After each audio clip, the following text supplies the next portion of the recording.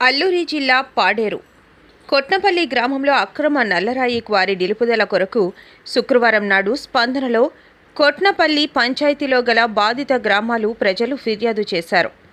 కొట్నపల్లి పంచాయతీలో కొట్నపల్లి గ్రామంలో NH 516 ఈ రోడ్డు నిర్మాణం కొరకు 19/18/2020 నుండి నేటి వరకు నిర్వహిస్తూనే ఉన్నారు. సదరు ప్రారంభం తేదీ నాడు రాసుకున్న గ్రామ పంచాయతీ తీర్మానం అడిగితే మా దగ్గర లేదని పంచాయతీ అధికారి అంటున్నారు.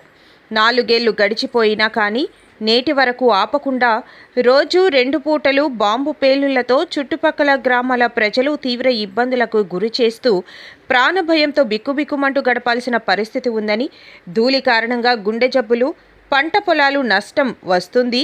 బాంబు పేలుళ్ల శబ్దాలకు ముసలివాళ్లు, చిన్నపిల్లలు, గర్భిణీ స్త్రీలు తీవ్ర ఇబ్బందులకి గురవుతున్నారు. ఇళ్ల గృహాలు పగుళ్ళు, బీటలు వస్తున్నాయి. పేలుళ్ల సమయంలో కెమికల్ దుర్వాసన కారణంగా ఊపిరి పీల్చడానికి కూడా ఇబ్బంది పడుతున్నాము. మంచినీటి సమస్య కూడా తలెత్తుతుంది.